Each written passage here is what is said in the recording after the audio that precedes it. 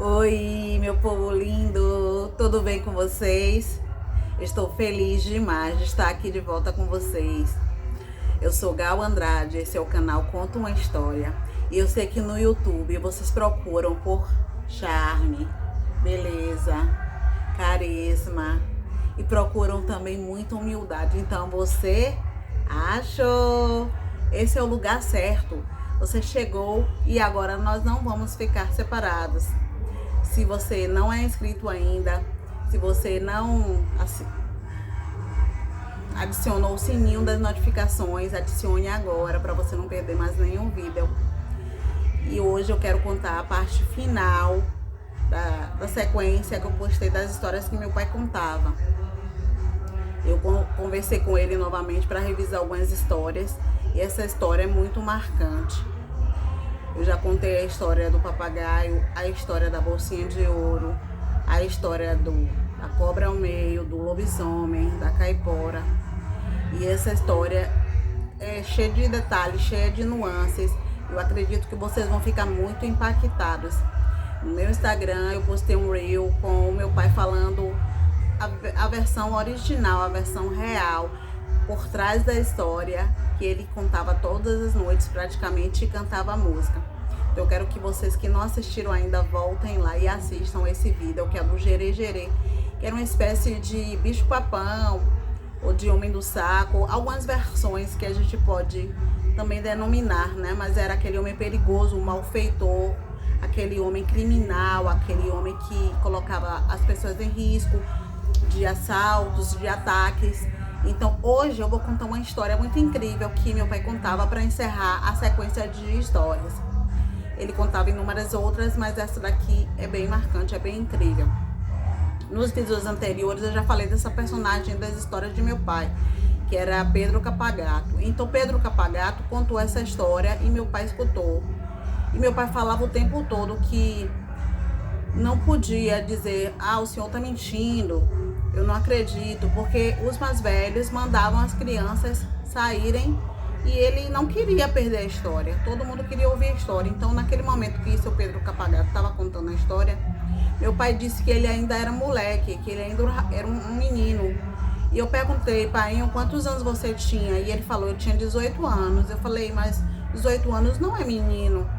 E ele disse que o respeito que as pessoas tinham pelos mais velhos fazia deles menino. Inclusive, na época, nos anos 40, quando meu pai ouvia essas histórias, a legislação dizia que meninos, homens, até 25 anos não eram autônomos, não eram independentes. Eles precisavam da autorização dos pais para realizar algum tipo de procedimento, alguma atividade extra. Eles precisavam da anuência dos pais.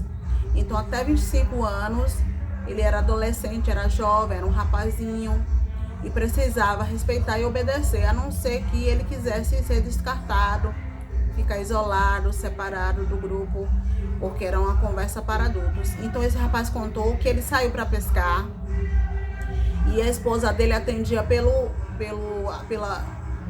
apelido de Oi. É bem assim, curioso. Mas ele disse que era um apelido carinhoso. Tem uma música, né? Apelido carinhoso. Então toda vez que ele queria chamar a esposa, ele falava oi. E ela sabia que ele estava chamando ela.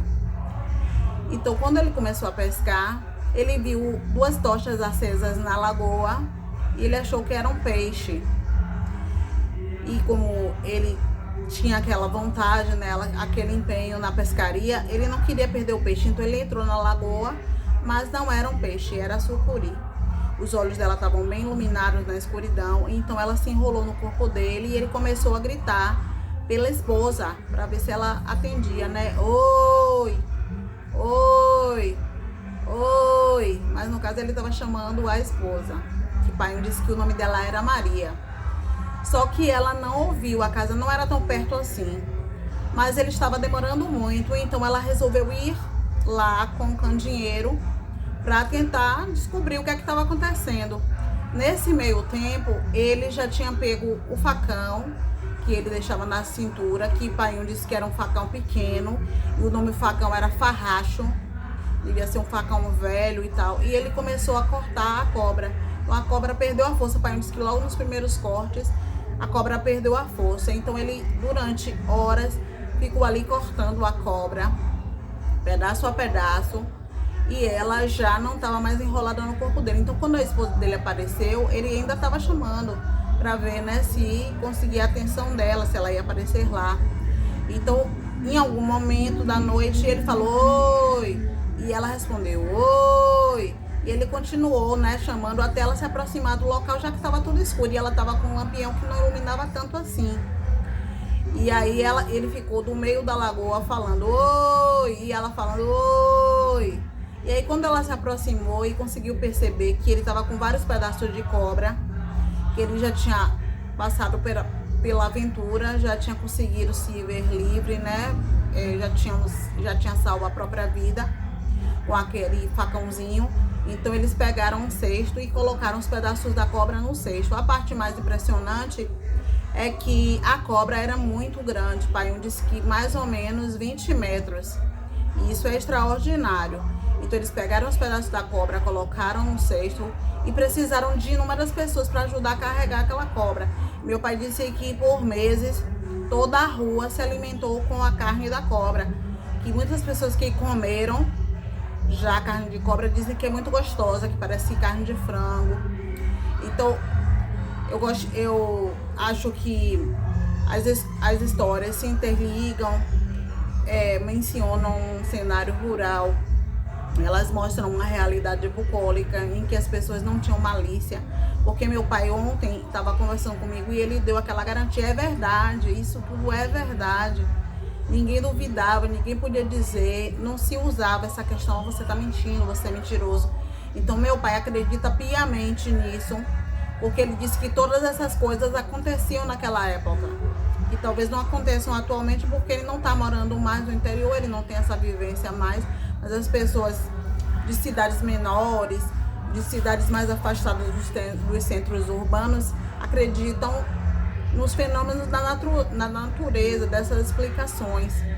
Então meu pai deu aquela garantia. E é claro que mesmo que eu não tenha vivido naquela época, eu nunca vou dizer, pai, você está mentindo. Jamais eu vou falar, eu acredito em tudo que ele fala, né? E bato palma para meu pai. Se vocês virem o vídeo que eu gravei dele, a voz dele é bem imponente, ele é bem didático, ele explica muito bem, ele é muito calmo, muito paciente. Ele tem aquele dom de contar histórias, que ele ama contar histórias. E ele me contou essas inúmeras histórias que eu contei para vocês. Eu espero que vocês tenham amado, que eu tenha sido bem clara também, que vocês tenham compreendido as histórias. E que as coisas que não foram explicadas ficam no imaginário coletivo, ficam na nossa imaginação, porque somos crianças, amamos histórias, não importa a nossa idade, nós queremos sonhar, queremos viver o lúdico. E eu amei passar todas essas histórias que meu pai contou. E eu tenho uma página também no Facebook, que o nome também é Conta uma História, onde eu contei as histórias, algumas delas eu fiz desenhos, ilustrei as histórias. Espero que vocês vão lá apoiar a minha página no Facebook. Eu amo muito vocês, estou muito feliz. Obrigada. Beijos!